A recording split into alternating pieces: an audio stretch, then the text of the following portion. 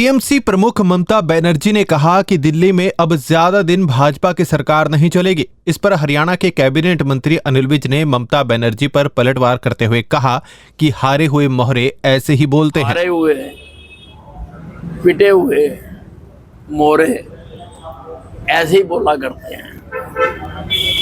ममता बनर्जी का राजनीति में काम तमाम हो चुका है। उनकी असलियत लोगों के सामने आ गई है और अब वो कभी भी राजनीति में अपना वो स्थान नहीं बना पाएंगे। कल मुख्यमंत्री नायब सिंह सैनी ने अंबाला में बन रहे शहीदी स्मारक का दौरा किया था, जहां पर विज और सैकड़ों समर्थकों ने उनका स्वागत किया था। उसको लेकर विज ने कहा कि मुख्यमंत्री ने शहीद स्मारक का निरीक्षण कर इसे शहीदों के सम्मान से जुड़ा बड़ा प्रतीक बताया है। जल्द ही प्रधानमंत्री नरेंद्र मोदी इसका उद्घाटन करेंगे।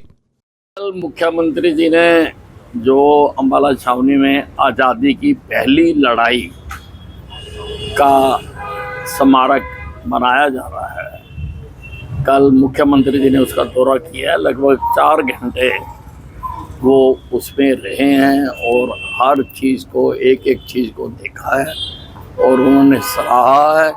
उन्होंने कहा कि ये देश के लिए, सारे देश के लिए ये एक शहीदों के प्रति बहुत बड़ा सम्मान होगा।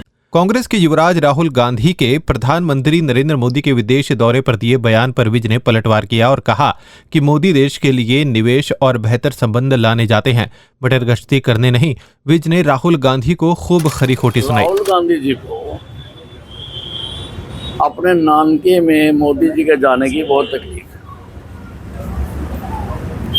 मोदी जी गए हैं देश के लिए 20 अरब डॉलर का निवेश लेकर आए हैं। मोदी जी राहुल गांधी जी की तरह मटर गश्ती करने के लिए बाहर नहीं जाते।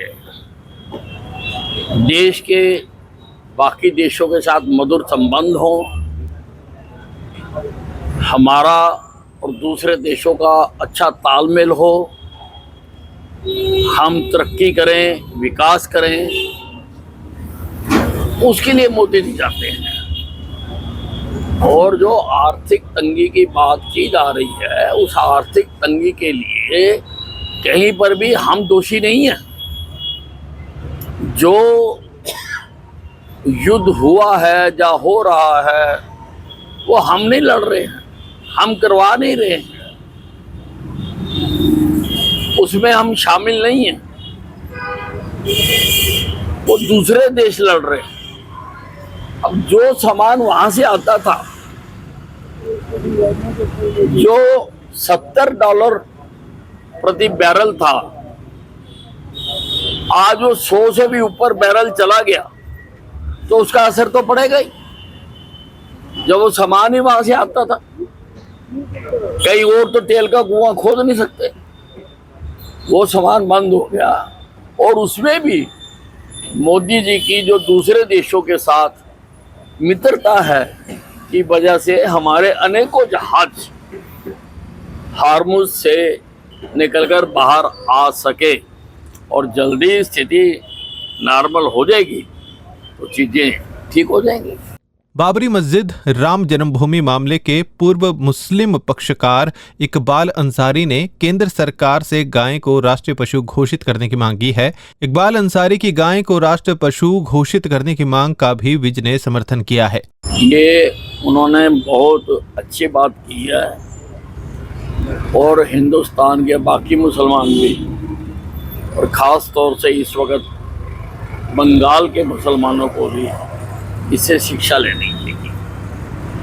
गौ हमारी बहुत पूजनीय गौ माता है और उसका सारे हिंदुस्तानियों को सम्मान करना चाहिए।